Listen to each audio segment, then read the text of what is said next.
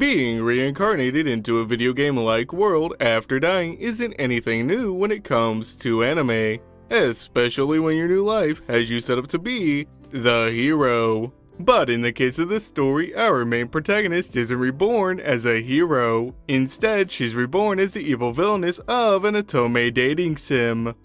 Hello, OtakuMav here, and get ready to live through the events of My Next Life as a Villainess, All Routes Lead to Doom.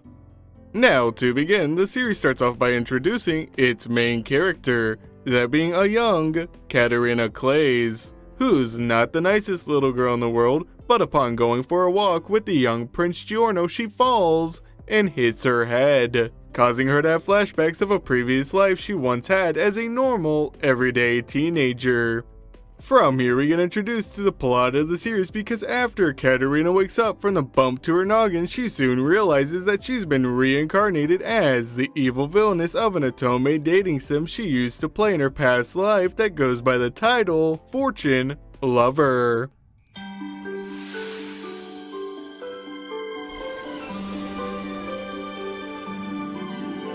Fortune Lover, an otome game set in a magic academy.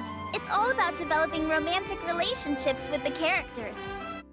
Now, shortly after realizing the new situation she's been put in, Katarina then decides that she must do everything in her power to try and avoid getting one of multiple bad endings that would result in her demise. Whether that be getting exiled, or worse, killed. Because with the plot now covered, we can jump straight into getting to know the supporting cast. Which, to begin with, is that just like in an actual dating sim, this series has a set of conquerable characters, or more commonly known as love interests. With the first one of these conquerable characters being none other than the blonde prince himself, Giorno Stewart, who, let's not forget to mention, is already engaged to Katarina, after taking responsibility for her getting a bump on the head.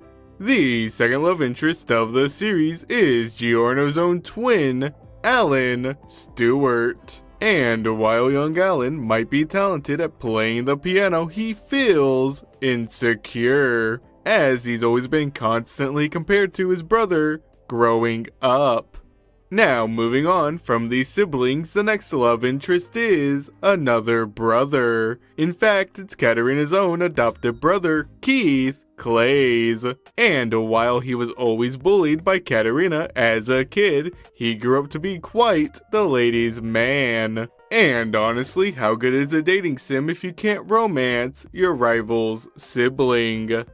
Now, last but not least, when it comes to conquerable characters, we have Nicole as Cart, who isn't just a soft-spoken person, but also a caring big brother. And on that note of him being a big brother, we can segue into acknowledging the last three main supporting characters, which consist of Nicole's little sister and book lover, Sophia, Alan's fiancé-to-be and florist, Mary, and finally the main protagonist, the fortune lover herself, Maria Campbell.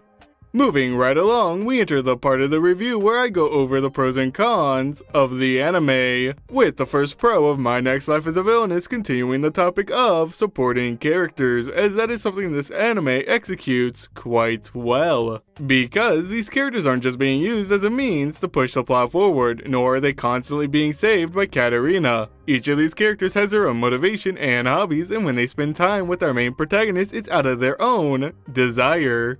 Of course, while most of the supporting cast makes up the first pro, the first con of the series goes entirely to Maria, and it's due to the fact that she's underdeveloped and underutilized. And this all stems from the fact that Katarina is now taking up the role of main protagonist, pushing Maria to the sidelines where she doesn't get as much development as the other side characters. Which is a shame because even though the story doesn't focus on her anymore, they could have diverged her from her video game counterpart, making her the villain of the story since Katarina is acting like a hero, which would have been a nice contrast. The second thing this series does well is that it doesn't just throw its audience into the middle of watching Katarina try and survive the events of Fortune Lover. Instead, we're given 3 whole episodes dedicated to learning about this world, meeting its characters, and even getting to experience Katarina come up with ideas on how to survive this game.